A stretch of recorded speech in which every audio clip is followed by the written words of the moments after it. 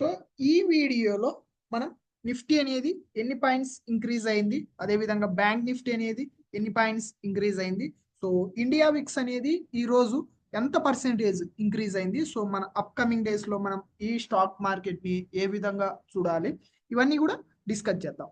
First మనం ఎందుకు ఈ రోజు నిఫ్టీ అనేది 307 పాయింట్స్ అనేది పాజిటివ్ లో క్లోజింగ్ ఇచ్చింది, బ్యాంక్ నిఫ్టీ అనేది మనకు 1111 పాయింట్స్ అనేది పాజిటివ్ లో క్లోజ్ ఇచ్చింది. సో ఆల్మోస్ట్ నిఫ్టీ చూసుకుంటే మనకు 1.32%, అదే బ్యాంక్ నిఫ్టీ చూసుకుంటే 2.20%. దగ్గర దగ్గర మనకు మంచి ర్యాలీ ఆఫ్టర్ ఏదైతే మనకు 6 months నుండి మార్కెట్ అనేది కంటిన్యూస్ గా డౌన్ ట్రెండ్ లేదంటే సైడ్ వేస్ నుండి వచ్చి ఇది ఫస్ట్ టైం ఇన్ని points at a time one డేలో ఇన్ని పాయింట్స్ పెరగడం. సో బ్యాంక్ నిఫ్టీ చూసుకుంటే ఆల్మోస్ట్ 2%, నిఫ్టీ కొద్దిగా స్ట్రగుల్ అవుతూ వెళ్ళింది. రీజన్ ఏంటి అంటే సో మన ఐటీ సెక్టార్ కూడా మంచిగానే పెరిగింది, రిలయన్స్ కూడా మంచిగా పెరిగింది. సో ఈ బ్యాంక్ నిఫ్టీ ఎందుకు ఇన్ని పాయింట్స్ పెరిగిందంటే మేజర్గా 2 బ్యాంక్స్, ఐసిఐసిఐ బ్యాంక్ అదేవిధంగా హెచ్డిఎఫ్సి బ్యాంక్, ఈ 2 బ్యాంక్స్ అనేది చాలా కాంట్రిబ్యూట్ చేశాయి బ్యాంక్ నిఫ్టీకి.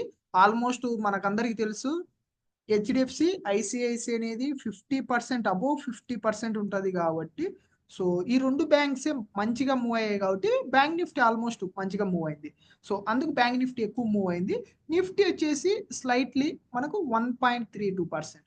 సో ప్రీవియస్ డేస్ నుండి నేను చాలా వరకు చెప్తూనే ఉన్నా మీకు అందరికీ.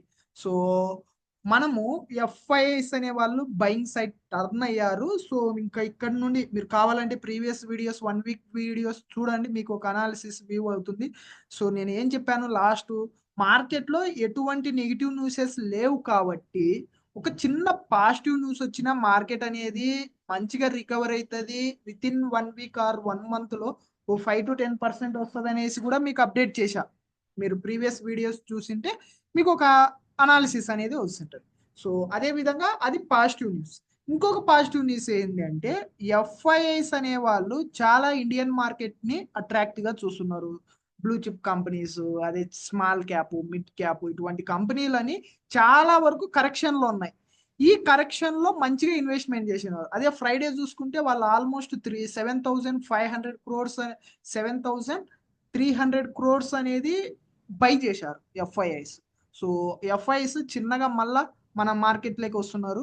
నెక్స్ట్ జూన్ జూలై కల్లా అగైన్ నిఫ్టీ అనేది ఆల్ టైమ్ హై రీచ్ అయిపోతుంది. సో దానివల్ల మనం మంచిగా, నేను లాస్ట్ టైం కూడా చెప్పాను, మార్చ్ ఎండ్ లేకల్లా మనం ఇన్వెస్ట్మెంట్ చేసుకుందాం, మంచిగా స్టాక్స్ అనేది ఇంక్రీజ్ అవుతుంది అనేసి మార్చి లాస్ట్ వీక్లో అట్లా చేద్దామని చెప్పాను. సో ఇది మంచి ఆపర్చునిటీ. సో మళ్ళా చెప్తున్నా, ఎవరైతే ప్రీవియస్ 1 week బ్యాక్ ఇన్వెస్ట్మెంట్ చేయలేదో ఇప్పుడైనా టైం ఉంది. సో మంచి మంచి కంపెనీస్ ఎంపిక చేసుకోండి. ఒక 1 month టు ఒక above 6 months or 1 year plan చేసుకోండి. మంచి రిటర్న్స్ వస్తాయి. 20 to 30% అనేది ఈజీగా గెయిన్ చేసుకోవచ్చు. సో మనం టాపిక్ లోకి వచ్చాము అంటే నిఫ్టీ అనేది ఏదైతే మనకు ప్రీవియస్ గా ఈ లెవెల్ ఉందో 23,398 ఏదైతే ఉందో ఈ హై బ్రేక్ అయింది. మార్నింగే గ్యాప్ అప్ ఓపెన్ అయింది. రీజన్ ఏంటి గ్యాప్ అప్ ఓపెన్ కూడా ఒకసారి మీరు కంపారిజన్ చేయండి. అమెరికా ఫ్యూచర్స్ నాస్డాక్ వచ్చేసి ఓవర్ అంటే ఫ్రైడే 19,753 పాయింట్స్ లో క్లోజింగ్ ఇస్తే 19,753 పాయింట్స్ లో క్లోజింగ్ ఇస్తే ఫ్యూచర్స్ చూడండి ఆల్మోస్ట్ 300 పాయింట్స్ అనేది పాజిటివ్ లో క్లోజింగ్ అవుతుంది నాస్డాక్ యొక్క ఫ్యూచర్స్. ఇది రీజన్. ఇది ఒకటి ప్లస్ మన ఎఫ్ఐఎస్ ఉన్నారు. సో అది ఒకటి 2 reasons వల్ల ఈరోజు 1.32% అనేది గ్యాప్ అప్, అంటే ఓ గ్యాప్ అప్ ఓపెన్ అయిన తర్వాత అంత కంటిన్యూస్ గా పెరుగుతూ వెళ్ళింది. ఇది రీజన్ నిఫ్టీకి ఈరోజు పెరగడానికి కారణం. అందుకే నేను మీకు ప్రతిరోజు చెప్తుంటా, అమెరికన్ మార్కెట్స్ ఎలా ట్రేడ్ అయ్యాయి బిఫోర్, అంటే మన మార్కెట్ అవర్స్ రాకముందు అవి ఎలా ట్రేడ్ అయ్యాయి అవి ఒకసారి చూసుకోవాలి. దాని తర్వాత ఏంటి, వాటి యొక్క ఫ్యూచర్స్ కూడా మీరు ట్రాక్ చేసుకోవాలి అని చెప్తుంటా. సో ఇది రీజన్ దానికి. వాటి యొక్క ఫ్యూచర్స్ కూడా మీరు ట్రాక్ చేసుకుంటే మీకు ఒక ఐడియా వస్తుంది ఎట్లా ఏంటి, ఇదంతా కూడా డెప్త్ నాలెడ్జ్ అనేది తెలుస్తుంది. అంటే అక్కడ అది చూసుకోవాలి, ప్లస్ ఫ్యూచర్స్ కూడా మీరు ట్రాక్ చేసుకోవాలి. ప్యారలల్గా రెండు చేసుకుంటే మీకు మంచి ఓవర్ వ్యూ అనేది ఉంటుంది. ఇది రీజన్. ఓకేనా? సో మనం ఒక్కసారి నిఫ్టీ లెవెల్స్ చూసుకుందాం. సో టుమారో ఏం చేయాలి ఎట్లా అనేసి. సో నాకు తెలిసి టుమారో కూడా స్లైట్లీ కొద్దిగా గ్యాప్ అప్ ఓపెన్ అవుతుంది. సో సో మనము ఏదైతే ఇక్కడ 23,700 అబోనే ఓపెన్ అవుతుంది. సో మనకు రౌండ్ ఫిగర్ 24,000 అనేది రౌండ్ ఫిగర్. ఇంకా ఈ వీక్ ఈజీగా రీచ్ అయిపోతుంది 24,000 అనేది. సో ఎవరైతే బియరిస్గా మార్కెట్ పడుతుంది అనుకుంటున్నారో సో కొద్దిగా కరెక్షన్ మోడ్లోకి రాదు. పాజిటివ్గా 24,000 ఈజీగా ఈ వీక్లో టచ్ అయిపోతుంది. నాకు తెలిసి టుమారో 23,800 అబోవ్ ఓపెన్ అవుతుంది మార్కెట్ అనేది. సో ఈ 2 రేంజెస్లో ఉంటుంది. నాకు ఈ నెక్స్ట్ వీక్ అంతా ఈ రేంజ్లో 24,000 ఈ 24,000 నుండి సో 23,000 ఈ రేంజ్లో ట్రేడింగ్ జరుగుతుంటుంది అనుకుంటున్నా నెక్స్ట్ మంత్ అంతా. సో 24,000 క్రాస్ అయ్యేదానికి ఛాన్స్ లేదు నెక్స్ట్ వీక్. సో ఈ వీక్ క్రాస్ అవ్వదు. నెక్స్ట్ వీక్ ఏమైనా మళ్ళీ కొత్తగా ఏమైనా న్యూస్ వచ్చినట్లయితే ఈజీగా పోతుంది. సో ఈ 2 లెవెల్స్ నిఫ్టీలో చూసుకోవాలి. అదేవిధంగా మనం బ్యాంక్ నిఫ్టీ చూసుకుంటే బ్యాంక్ నిఫ్టీ నేను చెప్పినట్లు హెచ్డిఎఫ్సి బ్యాంక్ అది మీకు రీజన్.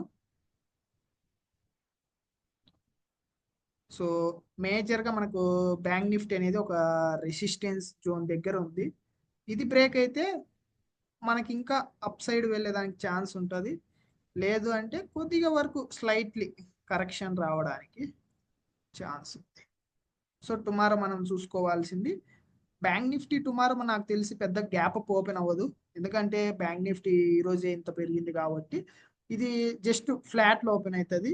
ఏమైనా మనకి ఇంకొక 1 వీక్ ఈ రేంజ్లో ట్రేడ్ జరిగి ఇక్కడ ఏదైనా ప్యాటర్న్ ఫామ్ అయ్యి సైడ్ బ్రేక్ అయితే మనకి ఈజీగా 53,700 లెవెల్ వరకు ఈజీగా టచ్ అయిపోతుంది ఈ వీక్లో.